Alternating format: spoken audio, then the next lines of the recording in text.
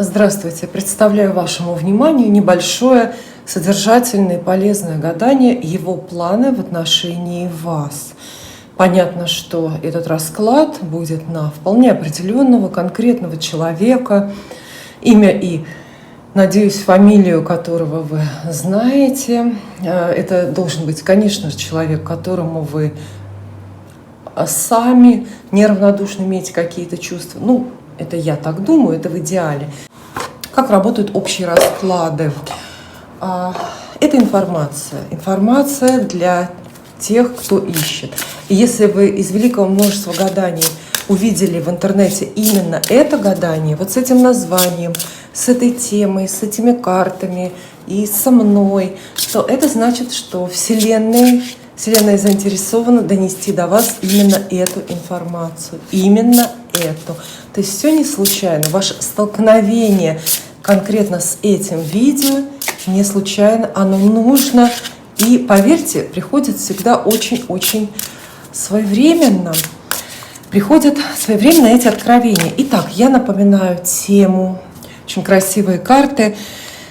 Его планы в отношении вас. Или еще часто девочки говорят намерения. Какие у него намерения в отношении меня?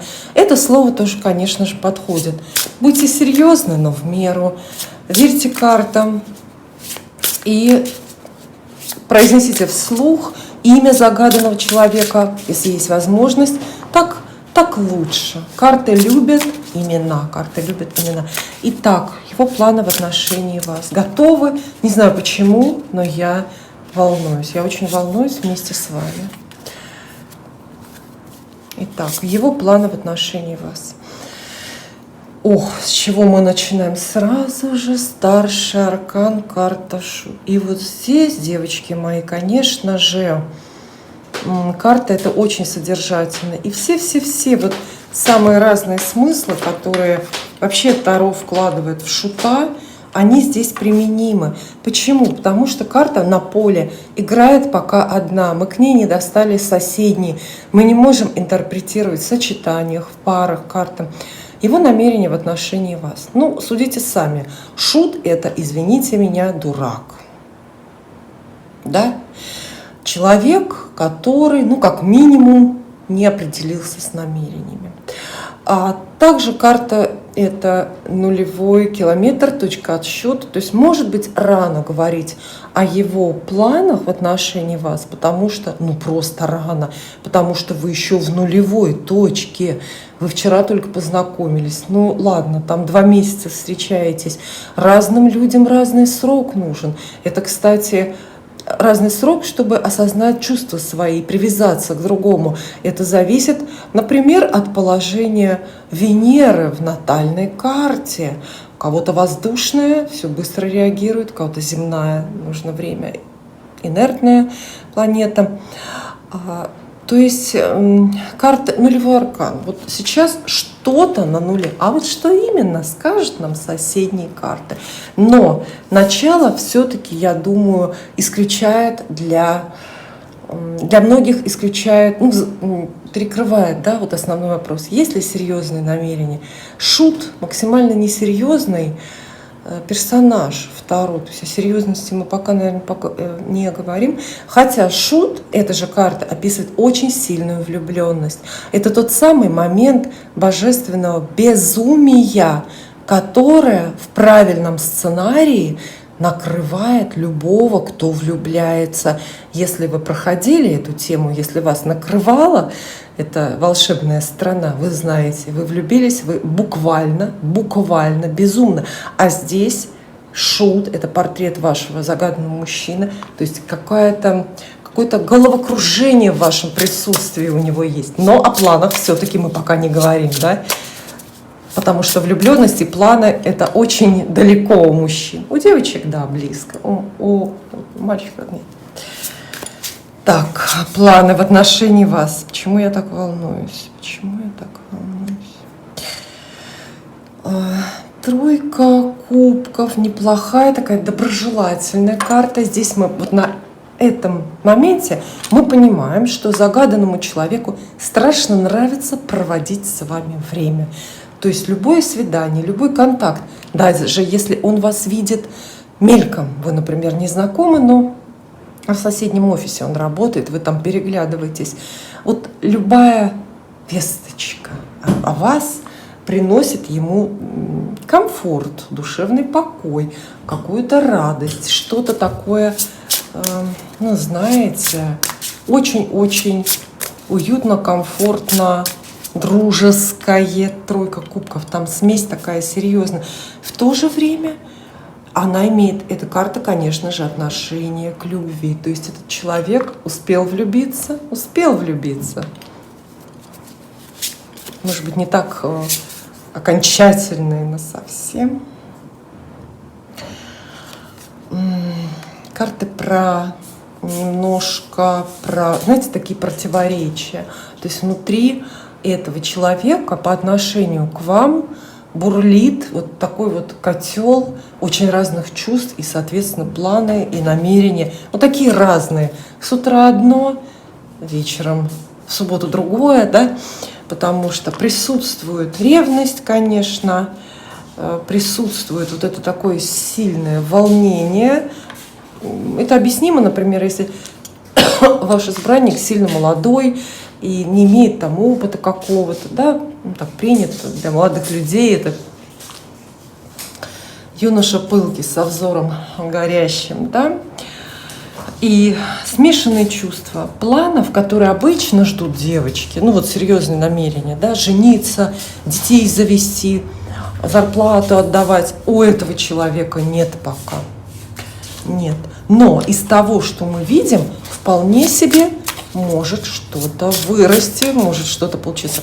Должно пройти время, а может быть, вам стоит как-то, посмотрим дальше советы, может быть, как-то по-особенному себя вести. Жрица. Этот человек вас боготворит, это хорошая новость. То есть вы в его глазах идеал, недостижимый, недоступное, неприступное, совершенное, внешне и внутренне, готов он на вас равняться. Это хорошие новости. Всем нравится быть иконами. Но и плохая это новость, потому что как он к вам подойдет, как он рядом с вами будет, если вот вы такая идеальная, он-то не идеальный в своих глазах рядом с вами. То есть вы для него вот на уровне звезды, до которой, может быть, не дотянуться. То есть у него такое сложное отношение к вам, такое вроде бы и дерзость, и ревность юношеская, и сердце тянет к вам, хочет, ну, прям дружить в том числе, да, вот. И в то же время он не чувствует себя равным вам, вот в каком-то отношении, может быть, есть тонко, да, в каком-то ментальном смысле, не знаю, экзистенциальном, да, может быть, материальном даже. Мучается человек, вот что я могу сказать, мучается, а когда наш герой мучается и страдает, вам, может быть, это греет сердечко, да, но планы серьезные у него не отрастут в таком состоянии, посмотрите, здесь одни сплошные слезы и метания, даже десяточка мечей. Не верит он в будущее с вами, наш герой, не верит, считает, что это невозможно, что пути закрыты, может быть, вы уже успели расстаться, может быть, он успел вас обидеть. Он не строит планы не потому, что не хочет или не замечает, он к вам сильно неравнодушен, но он считает, что эта дорога для него закрыта. Вполне вероятно, видит рядом с вами другого мужчину. Неважно, есть этот человек, другой мужчина на самом деле, или это плод его больной фантазии, да? Но у него есть ревность, и он считает, что его дорога к вам абсолютно закрыта, перекрыта, заказана. Поэтому какие ж тут планы? Ну никаких, естественно, на данный момент. Я думаю, что может вырасти.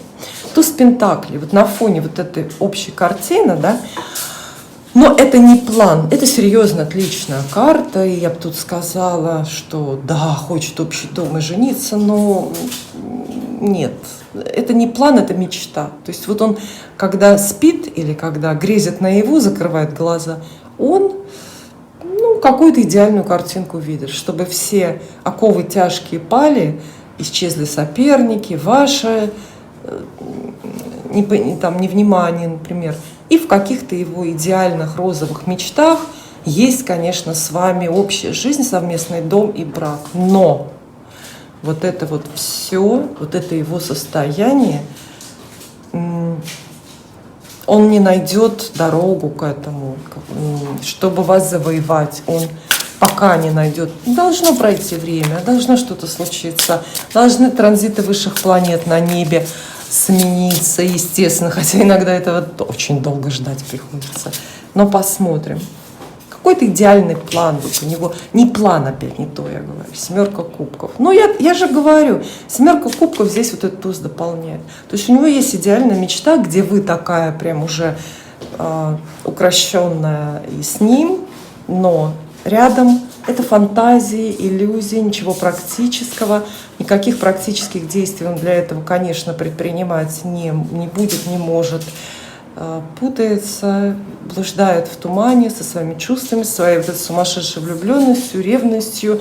Кстати, знаете, вот такие вот карты, когда они идут на одного конкретного человека, нам описывают портрет, они выдают очень-очень сложную личность. Возможно, вашему избраннику, вашему герою достался какой-то вот особенный, такой многослойный, запутанный гороскоп. Я в своей практике вижу таких людей и всегда поражаюсь, как много задач ставят звезды перед некоторыми. Кому-то повезло, кому-то нет. Очень противоречивое чувство к вам. Не знаю, есть ли для вас совет. Видите, физическая привязка к вам очень большая. То есть вы ему внешне очень нравитесь, являетесь образцом, идеалом, вот, в физическом смысле, знаете, если бы он там пытался рисовать портрет идеальной женщины, он бы, наверное, нарисовал ваш нос, ваши волосы, ваши губы. Император вот здесь к чему? Он, кстати, карта хорошая, серьезная, и как бы советует вам этого человека загаданного при себе оставить, потому что он хорош. Он хорош для вас, может быть, лучший на данном этапе жизни, а может и вообще лучший в жизни, и лучше вы не найдете. Помните, да, что однажды в какой-то прекрасный день, в каком-то самом нежном возрасте мы встречаем лучшего мужчину в жизни, не отдаем в этом абсолютно отчета себе, да, и понимаем это только потом, когда приходится перепрыгивать через, как на уроке физкультуры, да, через козла. И поэтому вот смотрите, император, может быть, вам этого человека вот рассмотреть, потому что это не портрет, это не портретная карта. Это вот именно сигнал, знаете, такой, какая-то сирена для вас. Человек запутавшийся, никак он к вам дорогу рациональную, серьезную не пробьет, а для вас он ценный. Ну так может быть вам попробовать, может быть вам что-то придумать. Видите, здесь есть жрица, как ваш портрет в его сердце, есть император. При том, что старшие арканы, но это плохая пара, это пара неравная. И вот с этой дистанции нужно что-то делать. Давайте одну карту совет. Не планировала, вопреки правилам расклада этого, одну карту совет для вас, потому что что-то карты нам подсказывают, что жалко терять этого человека. Он запутался, но жалко. Ну да, вообще-то для вас туз жезлов, я угадала. Действуйте. Он не может, а вы, наверное, можете. Карта срочная, то есть быстро надо спасать ситуацию. Мириться, если поссорились, например, знакомиться, если он сам стесняется вас пригласить. Вы можете. Все волшебство в ваших руках, в вашем сердце. Его можно использовать. Но это уже совсем другая история, правда. Это не его планы, это скорее ваши. Спасибо.